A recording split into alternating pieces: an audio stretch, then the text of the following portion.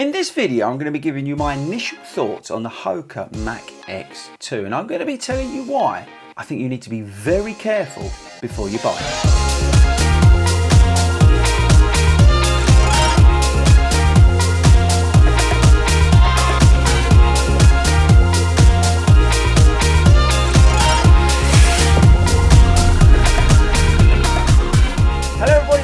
Welcome to FORDY Runs. My name is Chris Ford and I'm a running and athletics coach based here in the UK. And when I'm not coaching runners, I'm making YouTube videos about running and running shoes. So guys, welcome to our sort of mini review of the Hoka Mach X2. And you'll see why it's a mini review later. But yes, people, we have here the Mach X2, which I think looks absolutely cracking in this colorway. So this is the Super Trainer from the guys at Hoka. And in this video, we're going to be talking about what's going on here, stats, features, that kind of thing. We're going to talk about the things I like and things I don't like. And then we're going to wrap it all up at the end. And I want you to stick around to the end because there's one fundamental problem with this shoe. Right guys, so before we get into the stats and features, you know what's coming. Firstly, if you haven't, please subscribe to this YouTube channel. And secondly, I need you all to watch the disclaimer before we carry on.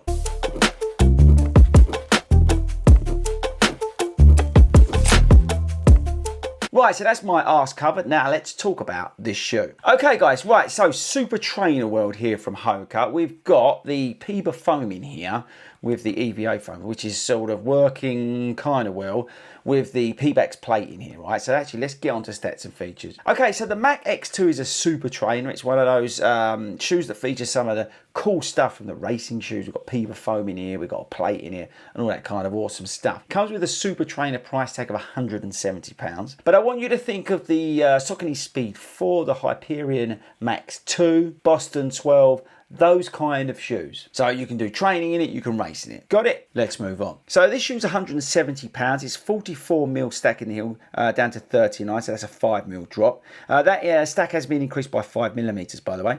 We've got the PEBA foam on top, then the EVA foam on the bottom. We've got a PBAX Renew plate in the shoe. We've got a woven upper, strategically placed rubber coverage on the outsole, and we've got a bit of an early stage meta rocker in the shoe. This is a UK 10. Hoka shoes don't fit true to size for me. I'm a UK 10 and it's 274 grams. Okay, so let's take a closer look. Now, firstly, this upper, which is one of the main issues, but we'll come on to that, is kind of breathable and awesome until you get to this part. Laces and lockdowns, good. Tongue's nice and gusseted, so you get that lockdown. Here's the two foams. So this is the PEBA foam, yeah? This is the sort of super bit of it. Then you can see a bit of winged plateness coming out of the side. This is the Renew plate that's in the shoe. And then, because they've done a great job of colorizing it, you've got the EVA foam here. Then the outsole, there we go.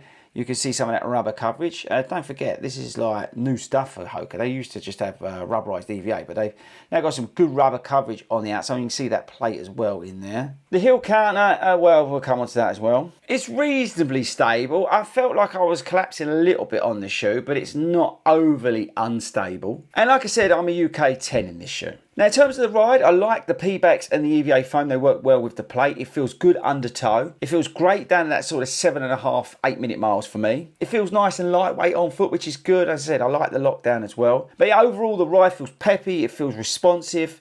And yeah, you know, you can pick it up in the shoe. The outsole works fine. It's great. No problems there in terms of slip sliding about. And like I said, the lockdown's great. So the overall experience to a degree is good. The ride's good. The foams work well together. The PEBA foam really feels, yeah, just great actually underfoot. It really feels like springy and quite surprisingly good. And it might seem a bit harsh, but yeah, I don't know. This has definitely been improved versus the previous version. And I think the PEBA foam with the increased stack and the plate all working well together. But there is a huge problem. But before we get to that, let's talk about things I like. So like I said, I like the ride. I like the two foams. I like the plate. I don't think £170 is bad. I think £170 is a lot of money, right? All Super Trainers are that price. So it's bang in line with the others. So the price I can live with. I like the weight. I like the look of the shoe. And I like where it slots in terms of a rotation. You know, that Super Trainer, somebody who likes Hoka shoes, I think you're going to, well, for the reason I'm going to talk about. But other than that, I think, you know, this would slot into a rotation quite well. You'd have this, you'd have like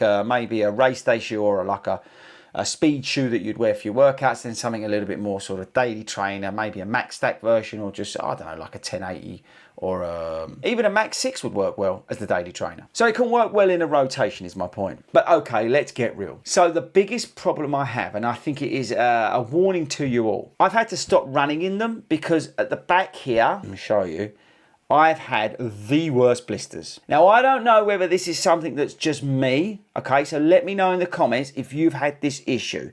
But, now come on camera. There's a little bit of foam that goes here. Can you see that?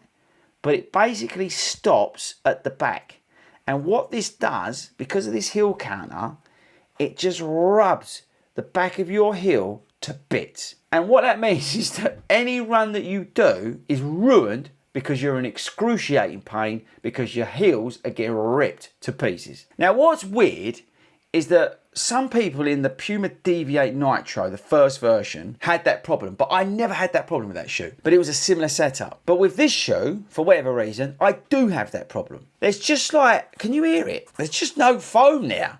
And that really causes, well, pain. And I'm gutted, genuinely gutted, because I like the ride. I mean, I really like the ride, but I can't run in them. Because, well, I need plasters in the back on my heel to go over it. It's just really, really annoying. Now, it started rubbing on 6 miles, yeah? The first 6 mile run I did in it, it really started to rub in the back. Because I don't mind a little bit of rubbing when I put the shoes on when they're new and stuff like that. I'm happy to take that. But it got really bad on a 6 mile run I did. And it was just like, what's going on here? So I took them off and, you know, like you see in your socks, you've got that big blood stain. I had that. So I plastered them up and whatnot. And then it just kept rubbing and rubbing. And I basically, well, I've given up. Now, what I'm hoping is what they did with the Puma is that they basically changed the heel area, and now that shoe is obviously awesome, right? But hopefully they changed that with this shoe and they learned from this, because this is, well, unacceptable. But look, you might not feel it. Let me know, right? I'd be really interested to know. So this is more sort of call out to you guys. Have you had that issue? Is it just me? Am I nuts? But I say I can't run in them because, like, basically that's killing me. So that's a shame because, as I said, I like the shoe in terms of the ride. I think it's great what they've done. The Peba foam, the EVA, the plate, everything. It's working well. But that is stopping me running in it, people. And look, if you look at it, it's sort of, see how it's sort of, come on camera. See how it sort of slants back there? Oh, it's because there. See how it sort of kicks in there? That's the problem, I think. If that was sort of straighter with a bit of foaming, I don't think we'd have the issue. But that is what is causing all the problems. That sort of kink at the top there. And in there, oh, this is not going to work. But look, see that top there? That basically in there is what's rubbing. And that's causing all the naughtiness. Because you sit in there and it sort of locks you in. But then this rubs in. It's, wow. It's a real shame. So there we go, people. I think the shoe needs a warning on it that it may cause sort of, well, heel pain or rubbing or bleeding. So there, anyway, I'll leave it up to you to decide. So there we go, people. Real disappointment. I was really excited about this shoe. I thought this could be the Hoka shoe, actually, that I like this year. They've not updated the Rocket X2, which is a real shame. I was looking forward to like a Rocket X3, but I was then super excited about the Mach X2 because of the sort of Peba foam in there that's got in with the EVA. It was all going to work awesome. So yes, it's not worked out well. So there we go. Okay, people, let me know in the comments. Like I said, it's really over to you guys now, this video. I need to know from you what's going on. But other than that, I shall catch you all later.